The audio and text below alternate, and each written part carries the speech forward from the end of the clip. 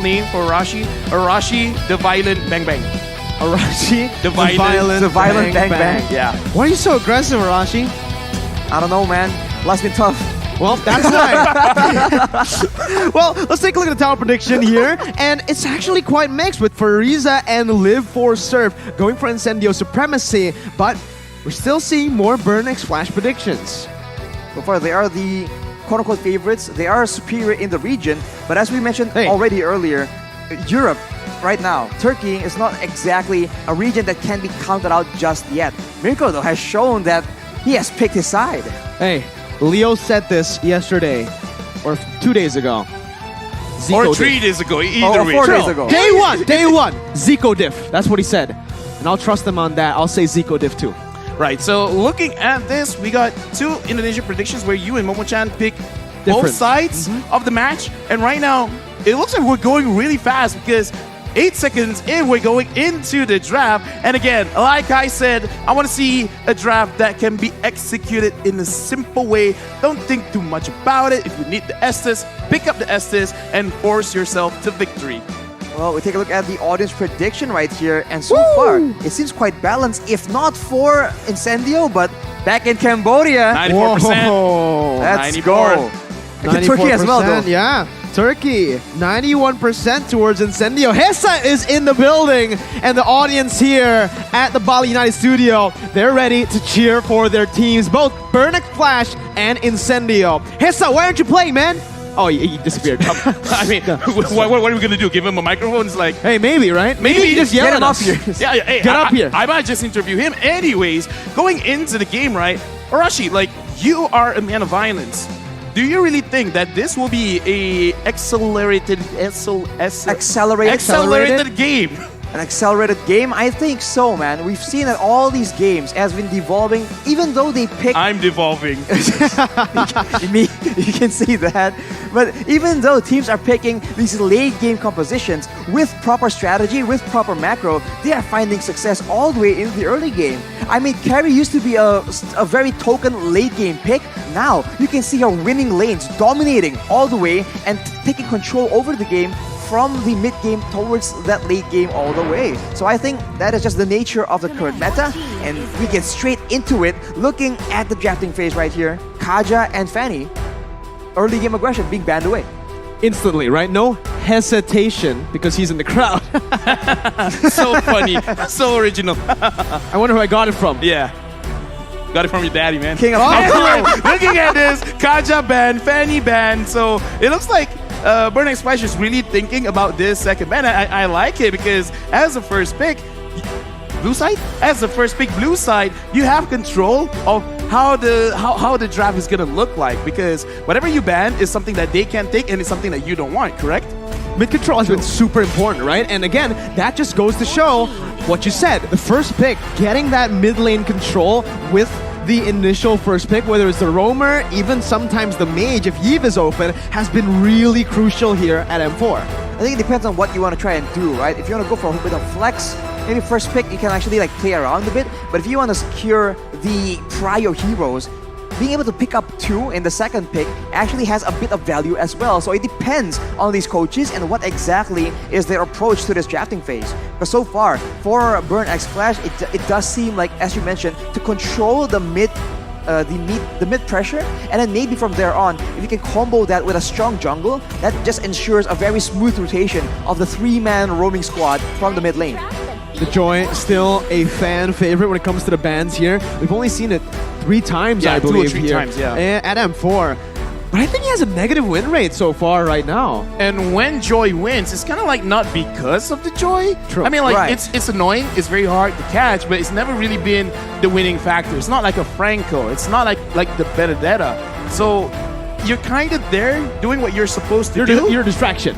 Yeah, Kind of. kind of. But I mean, we've seen Joy being You're a used in the distraction. jungle. Thank you. Yeah, well, you guys are very distracting to me, actually. Hey, You're it's looking fine. too good. Oh, Whoa. you're cute, my guy. Hey, but the Joy is also a very cute hero. But the issue is, I think it has so much more potential in a lane where you can actually bring that vengeance, because that just supplements the squishiness, one of the weak points of this Joy pick. But a lot of teams have been using it in the jungle where you're forced to be using a retribution, so you are more prone to just being bursted down and locked down with crowd control. You know, something that I saw from Burn X Flash was that Fanny up against Falcon, and man, Chama is so good at this Fanny, right?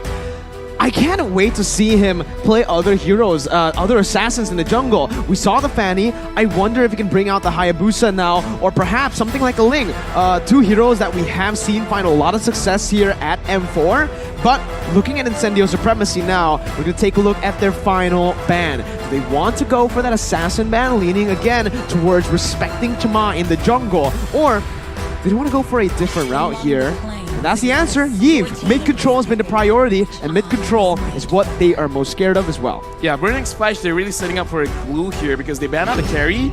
And looks like no, they are prioritizing on the 1-1 with a 100% win rate so far. But banning out the Eve, it looks like whatever Burn X Flash is gonna take, if they do want to kind of like force fights, having fighters, it's going to be great, but having a 1-1 in your lineup, I kind of feel like you need distractions as well to make it easier for the 1-1 to actually use their ult. So disruptions, heroes can dash in and just make sure that the opponents cannot actually sit in a proper front-to-back formation. That makes a lot of sense. But in the current meta, we saw the Grok being very, very effective at doing that, just walking around, denying cut control, and also just knocking everyone up with a wild charge. The glue, though, has been the more popular pick, but now it's at Faramis as well, being picked to remove a counter for the glue.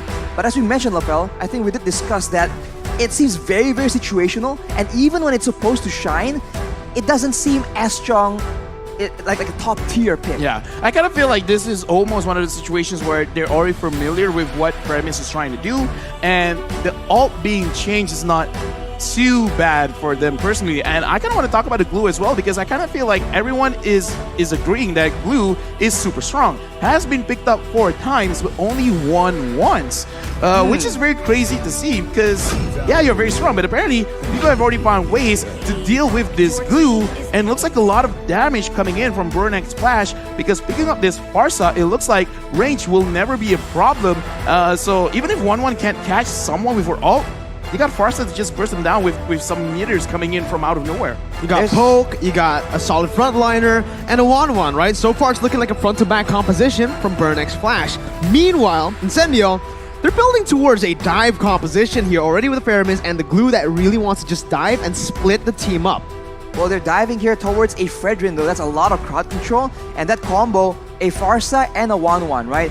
Everyone getting chunked down by the Feather Airstrike can allow for a very devastating crossbow of Tang that can be transferred to multiple people. So if Incendio doesn't get careful with how they want to draft here, it's going to be confusing, but whoa, it's going to be a Clint. I gotta ask you, Mirko, because yeah, you play the gold lane a lot.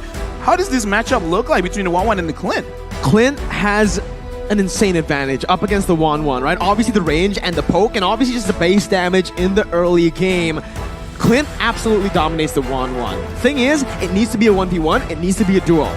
It almost never is a duel in the gold lane. You always have someone coming by towards that gold lane, whether it's the roamer, or if you're looking at Burn X Flash's composition, it should be both roamer and mid laner. They picked that Pharsa for a reason. It's for that additional mobility with the Wings by Wings, and Clint's gonna be very, very careful. He has to be very careful, because if he's not, he's gonna be punished early on. And as you mentioned, Mirko, the Clint needs to actually get an advantage in the laning phase. Otherwise, the pick becomes quite irrelevant in a sense. There's no real reason to pick it against that 1-1. So if in the early game, Burn X Flash just moves a lot of members, all the way since level 2 even, they can completely shut down the Clint because they can read how the Clint is supposed to be playing. Unless Incendio has some next level mind games here, it's going to be very difficult for this gold lane to actually pay out. Right now, looking at the ban, because they could have used the Lolita for themselves, so either they don't favor the Lolita or it's showing that they want to group up together, because so far the Lolita has been used when going up against like a Nestus, like a Faramis, where you know they will come together. So Lolita out of the picture, does this kind of show what kind of draft they want? Technically, there is a possibility of the glue going as a roamer, like being placed as the roamer for the team. It's not the craziest idea. It's not the craziest idea. I mean, we're seeing 2 roamer bans already, right? That might be Incendio saying, hey, we already have a roamer, you just don't know it yet. Maybe you still think it's going to the XP lane. It's still, you know, a possibility, and the Faramis can also still be flexed as well if you really want to. So this is the current meta, guys. You never really know what's going to happen. What about the Clint, no? Clint as a role. Clint jungler, mid laner. Jungle. That's quite the old Toda meta. would have done it. Yeah, exactly. Mid lane, yeah. Todak would have done it. Lafel Yeah. calling you guys out, guys, on the stage. But Burn X Flash will ban away yet another jungler. So it does seem like they want to have a bit of an advantage there, trying to make sure that with the quick roaming Pharsa, they can combo that with a strong jungle that they can use to shut down the game completely. Although for Incendio, the Grok will be picked. Yet again, a hero that can be moved towards the roam position. Okay, so is it just gonna be... Oh. Oh, no, Burn X Flash. I keep calling for the Estes, and the Estes has been picked up, as well as the Benedetta. Like, Good call. now we see all the 5 heroes for Burn Hey. X Flash. Arashi, like, what does this tell us? I've seen this composition You've seen this composition? somewhere. Yeah. Yeah. I don't know. I think it was Incendio played it Yeah. yesterday or 2 days ago, and I think a team who became world champions used this composition to win the world championship last year. I think. I don't Right, know. it just seems Am I right? uncannily familiar. I think so. I mean, it's just very balanced. There's a lot of front-to-back potential, but also a lot of ways for you to catch people off. So, I mean, if it has been proven to work a lot of times, there's no reason why they can't use it for themselves. So, you can say it's a smart move, a very calculated move, but for Incendio right now, the final pick will actually dispel all this confusion we have about their roster, their lineup. It's gonna be an Ooh. Amon. First time at M4 right now. That's a debut for the Amon and the Clint. Yeah, I mean, Amon is kind of cool, but I do have to say, with the S's being on Burn X Flash and a lot of bursts coming in from Incendio, will Incendio have enough damage for a prolonged team fight, or will they try to pick it off? I mean, if they get an advantage, they can burst down Aw, too so hard cute. for the healing to work, but Hey, so cute. Oh, cute. so Aw. cute. He's supporting Burn X Flash. We saw some supporters as well for Incendio, but for both the compositions, again, quick fire predictions. Arashi first. Who do you think has the better draft? Ooh, I like Burn X Flashes just because of the flexibility, and I like to stay away from danger. So having a lot more range, I like that a lot. So I think I will go with Burn X Flash on this one. I like Danger, Incendio. All right. I like Danger. That's a I think I'm leaning quick over response. to you too, man. I really like aggression, and looking at Incendio, that's what they're bringing to the table. Ladies and gentlemen, it's time to dive in for match number 2, Burn X Flash up against Incendio Supremacy. Looking at this game, if the aggression Welcome works, to Mobile yeah, Legends. where should it work at? Because right now, looking at both teams, if they get and wait. I saw the Grok with a marksman emblem, so it's gonna be a lot of physical attack, and I guess this is a glue roamer. Is this what's going on? Oh, So it is a wait. What is going on here? It I is think a- it is a glue roam. I mean, you called it out. It's not. It is a. Yeah, you're right. The Right? glue roam, and it's gonna be the Grok in the XP. We saw that Boots brought the high and dry in game number 1, but for wait a minute, Apex gonna be caught here, forced to use the flicker. D7's already looking for the kill on the Estes, flanking around. But yeah. We've seen this before. It was Fluffy who used this build in Indonesia on the Grok XP. Weapon mastery, which means he's looking for that late game damage, technically, or the mid game damage, whenever he gets those items. He's looking to scale with the items as best as possible, and yeah, the roaming glue. We talked about that roam going in, and he was trying to escort the Clint, trying to make sure that the Clint has a good lane. But as you mentioned, Mirko, the Pharsa just comes in, becomes a big problem, and now Burn already trying to abuse the mobility and the speed of this Benedetta pick. Oh, very good eye for an eye there, getting out of the endless shards. And Chima will just go for the gold buff, picks it up. And in the early stage, it's still just both teams playing it really slow. No real reason to go in for a crazy engagement. Right as I say that, though, Caster Curse, Chima jumps in. Oh! And Tenzi too gets the first blood in the mid lane up against Seacat. Cast the Curse is real, man. Every time we predict something, the exact opposite happens. And now with that pressure, they're going to go for that turtle fight. They have sustain, they have burst damage as well. So in the early game, this makes for a very dangerous combination.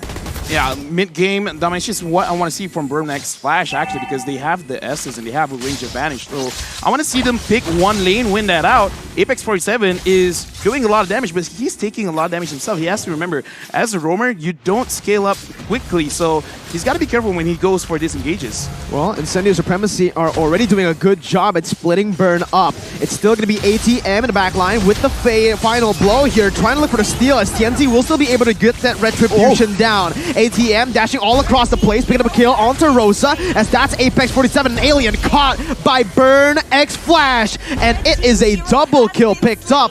Now, D7 gets a kill too.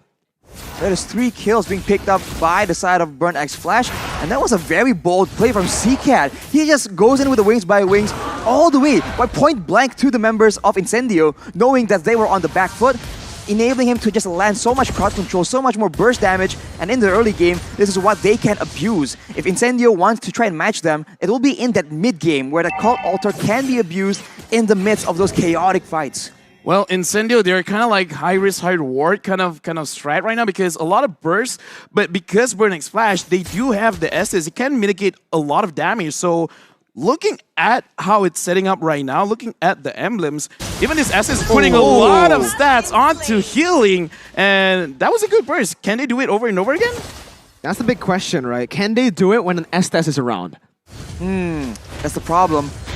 Although they do have the chance of like crowd controlling the Estes to mitigate that healing, but already rotations are being made. Incendio are trying to make sure that they exert their own will, but look at the response, just quick coming in from Burn X Flash. Very good rotations here by Burn X Flash already. Again, helping the gold laner Fury, who's not in a good matchup up against the Clint. But now it does seem like with both teams rotating towards that top side, both teams will disengage, but Incendio will actually still try to look for a commitment here with endless charge being placed on the Fury. But with D7 there, that answers your question. The burst is not enough just yet. Now it's gonna be the Cult Ultra placed in again. Chama gonna be caught, but has the healing coming in from D7 as Apex 47 jumps in with the split, brings Chama back onto Incendio, and it's a 1-for-1. The Roamer traded in for the jungler. Oof. Still worth it for Incendio as the turtle spawns in to the land of Dawn. There was one more weak point on Sunshine, so Fury almost used that crossbow of Tang, but that is what Burn X Flash can afford to do right here. Despite everyone rotating to cut off Fury from his team, the support comes in, the healing comes in, and if Incendio clumps together, you can see that the Feather Airstrike is devastating.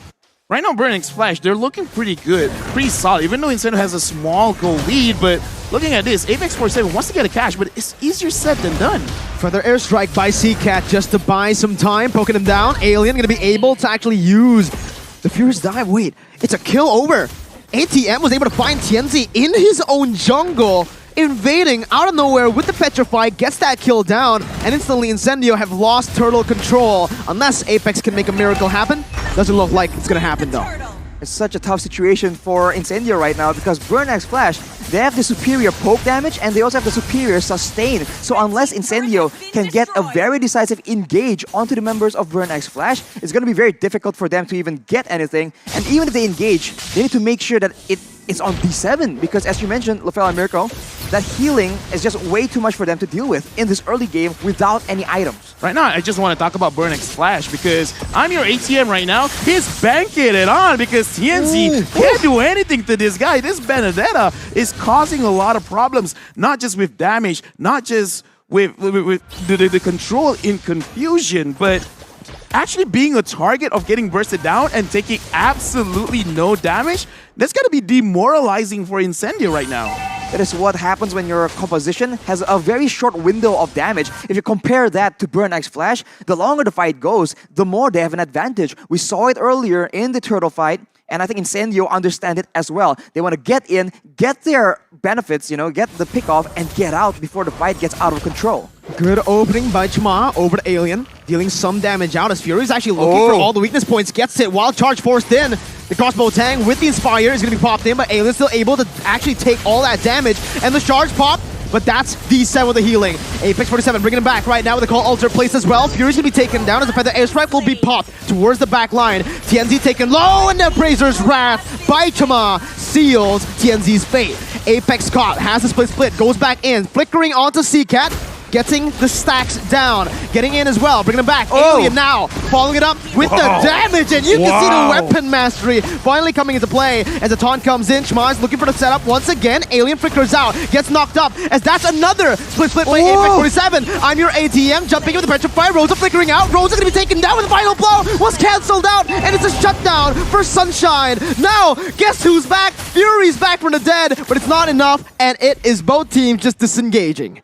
Wow, they spent so much time trying to get into that fight that Incendio, they were able to wither most of the storm and then later on finally use that Cult Altar effectively. That is not what Burn X Splash were looking for. Let me just put into perspective how long that team fight was. Glue used the split, his ultimate 3 times, and Grog used the wild charge 2 times. Both ultimates. Imagine 5 ultimates from just these 2. That's a long team fight. That's a very long team fight. I almost ran out of breath. Oh bro. yeah. Hey, you know, good job. Hey, thank you. Yeah, Man. congrats. Yeah, you breathe, man. That's crazy. I breathe. You breathe good. But now it's Incendio that's on the back foot. They went for the turtle, but is that enough? Because Burn goes for the pressure, and now Alien is the one being targeted by Fury and D7. Okay, that damage is pretty disgusting, right? You saw it. 1 attack with the power of nature. Okay, so here's the thing about Bird's compositions, right? You always got to make sure that kind of everyone, or at least 2 members, are focusing on the same target, and I kind of feel like that's what's making Incendio's draft looks not so great right now, because everyone is targeting their own thing. Like, whoever's closest, let's go for the target. Now, TNZ and Rosa, they're waiting around the orange buff. Can they actually catch it? Yep, that's your answer right there. Seacat's gonna be caught. Rosa pops the Cult Altar. Again, just trying to get out of there with Sunshine backing him up. It does seem like Incendio will take control of the bottom lane, with Apex 47 acting as a roamer, but because he's so sustainable, he can actually act as an XP laner too, just be a distraction. I'm your ATM. Try to go for the Petrify, jumps out with the Eye for an Eye, but gets gunned down by Sunshine. And that's the mid lane pressure being placed on by Incendio. And they get that top lane too. It's so good by Incendio right now. They're winning in the structure department. They took the mid tower and they're moving towards the top tower as well. So with the control, they can look to face like this. And ooh, that was a very, again, dangerous attempt from Alien. And we saw this is what they do. They hide in the jungle, they cut you off from your team, and before you know it, you lost 2 members before the fight even begins. Yeah, right now, Apex 47, I'm seeing that he's just more or less being a distraction. Of course, he would try to get someone. TNZ just caught Seacat, and right now, it looks like, I don't know which items that really made the difference, but Incendio, all of a sudden, is like, yeah, let's fight. Like, let's just go for it. We can get the kills now, guys. Let's go. Incendio have something against Seacat, man. He's been taken down 5 times, and TNZ has always just been on that. Apex 47, again, just opening up the map, again, acting as a distraction as he goes in for the split, but will be taken down by the crossbow Tang. It's translated over to Rosa with the help of that final blow, dealing so much damage while Charge connects onto 2, but Sunshine's free hitting. D7 still helping the team sustain with a Appraiser's Wrap being placed by Chuma to pick up a double kill. It's a 3-for-1, and Burn have turned around a fight 4v5 without Seacat. That is insane. They're just going in so aggressively and they get clumped up. Seacat wasn't there initially in the fight, but he actually made it there. And that is something you cannot do against his composition. We talked about diving in towards crowd control, and Burn X Splash has an abundance of CC that they can use to stop Incendio in their tracks. Oh, Chuma, again, taking some damage, but he is a Fredrin. Yeah, right now, looking at the composition, right, I kind of feel like Sunshine is already on board. Like, I want to fight with you guys. So, Burn X Splash, they got to start focusing on actually getting Sunshine down first before they start fight. Because in this team fight right now, what's happening, Arashi? Initially it was a Cult Altar, but again, everyone's clumped up so deep into each other, and their member that's been shining so far is TNZ. It's an assassin that can delete 1 person, but he cannot delete the whole team. So we saw that TNZ was able to do a lot of damage, but everyone else are still able to survive and do the damage, and eventually Incendio just ran out of steam. Right now, Burn X Splash, they're pushing in, and if I'm looking at mid lane. I don't know who's going to win this 1v1, but it looks like neither is going to win the 1v1 because now TNZ is getting pressured because everyone from Burn X Splash is moving towards mid. And I like this way of play. Focus on actually, moving together, actually using this S to your advantage. You just saw D7 and Fury build that Athena shield at the same time. They understand that right now, Incendio, they need to play around TNZ. If their main damage dealers or their main support can get deleted, that is a huge blow to their teamfight capabilities, and they recognize that. So with the Athena shield, it means that Incendio's TNZ will be having a lot more of a difficult time trying to delete all those backline members. Yeah, right now, I honestly think at the 12-minute mark, it's time to transition, right? Your main carry was TNZ, but now it's about time to transition over to Sunshine, who has the damage, who has the weapon mastery as well. Apex, though, still able to actually get out of that with a split as Rosa tries his best to zone the members away. Both teams not really going to risk anything, not really going to commit to anything here in 12 minutes, still waiting for that Lord to spawn back in. Right now, I'm actually just looking at TNZ because he is trying very hard to make sure that he is staying at the side of Burn X Splash jungle. And looking at the way that they're playing, I kind of feel like he wants to take out Seacat or Fury as fast as possible. And right now, Alien, he's alone. Can he actually get out of this? And it looks like Burn X Splash, they're not even sure where he is. They don't know Alien is there. Oh, Alien. Oh, there you go. He's spotted here. He jumps in, looking at the power of nature, but will just use the wild charge to get out. Weakness point, the final one, not there just yet, but it is opened up. Alien isolated from the rest of the team. Fury has the crossbow attack, but will not use it, and that might be a mistake, as that's an endless charge placed onto him. Schwan's gonna be isolated, and he's gonna be taken down. The crossbow attack is dealing damage to himself with Apex on him with a split, and Fury now with no ultimate. It's gonna be ATM jumping with Vector 5, finding the jungler, shutting him down. Apex running for the hills. The Feather Airstrike comes down to poke them down. Fury with the kill spree, chasing them down, looking for more weakness points on the board, but Sunshine comes in, gets the shutdown back.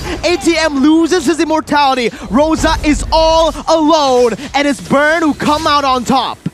That was a long fight, a long chase, and Incendio went for the flank, but they kind of didn't really get the best re-engage onto that fight, and that allows Burn X Splash to buy a bit more time, and eventually, as we said, the long Jonah team fights with the sustain, with the DPS, they come out on top, and it's so disastrous because the Lord is up at the same time. Incendio is still contesting, but it does not seem possible unless Alien can make something of a miracle play. We've seen a miracle play by Grok many times before. He's looking for it. He has the weapon mastery for a reason. He steals it for Turkey, for Incendio to save the game for his team.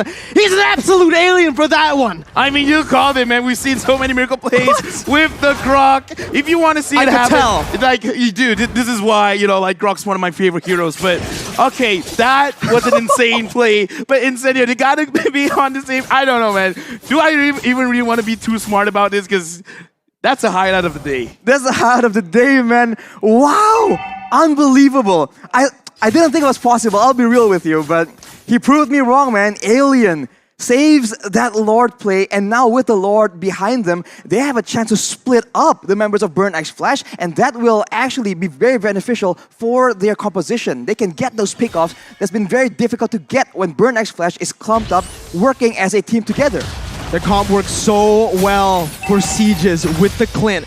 And with the Feather Airstrike being used up in the bottom lane, it leaves the mid lane susceptible to this kind of siege. You can already see it with the Lord taking the base turret down. It is going to be Incendio backing off instantly, still playing that disciplined game, not wanting to commit any further. Yeah, I kind of feel like if they want to go inside the base, it's going to be very different. TNC, hello, I'm your ATM. Well, come on home, stay in the base. And that's what they got to do, because if they want to go inside the base of Burn X Splash, it's going to be very difficult for them to engage. So they got to find a way to split Burn X Splash up and then actually try to engage. Exactly, when they're split up like that, that's when you can see TNZ just really take over. It is I'm Your ATM who was able to get a solo kill, but in this late stage of the game, against, you know, full damage Amon is going to be too difficult, but the engage comes in. Alien again with a wild charge onto 3, and the power of nature just seals Seacat's fate. The Appraiser's Wrath did not find him, but Fury's gonna be massive right now with the crossbow tag. A winner truncheon to bait it out and to get out. TNZ gonna be caught low as Apex 47 jumps in, but Fury is still kind of away. Sunshine guns him down, and that's 2 on the board for Incendio, plus the base turret. Okay. So pulling back to the game right now, 2,000 goal lead. Incendio, they got amazing damage, and right now Burn X Splash, I kind of feel like they gotta find a way. I love this game. I love this game as well. You know, like, this game is fire. I'm fire, you're fire. You called it, Arashi. And right now, Incendio, they have a lot of burst damage, and Burn X Splash, they're trying to burn things down bit by bit. And look, talk to me, Arashi. What does Incendio got to do? What does Burn X Splash got to do to actually close this game? Alright, for Burn X Splash, I think they have to try and get their sights onto Sunshine. Yes, TNZ is a problem, but they have items, they have ways to deal with that. Winter Truncheons, Magical Defense, Athena Shields, they have built that already, but Sunshine has been free hitting. He has 1 death right now. That is not okay. For Burn X Splash, the main damage dealer needs to be taken out, unless they want to lose in the whole front to back, because Fury on the 1-1 cannot just do the same kind of damage in a team fight like Sunshine on this Clint. And for Incendio, on the flip side, they can do what they've been doing right here, split up the team, ensure that the Estes cannot get full value from the blessing of the Moon Goddess, and beware of the Feather Airstrike poke damage. If it's down, if they can force Seacat to use it, they must do so. Oh, that was such a good eye for an eye to get out of the yikes. Endless Charge, but the basic attack is all Tianzi needs. ATM buys the Winter Truncheon, but it's not enough. It is not enough. One-man disadvantage right with the Lord spawning in. And what is Incendio going to do? They started up instantly. I thought they were going to wait for the Evolved Lord, but no, they're going at it. They can't waste any time.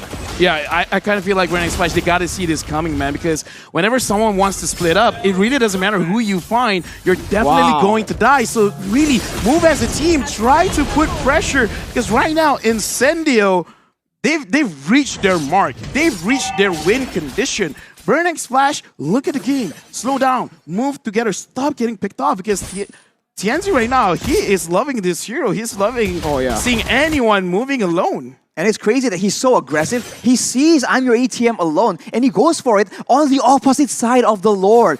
It's smart. It just catches I'm your ATM out of, off guard completely. And now with the Lord, this is going to be the final sequence. They will be trying to look for it unless Burn can find something great. Alien! What a play right there! But when nature comes in, it does not matter. Tianzi is targeting the base to secure the upper brackets for Incendio.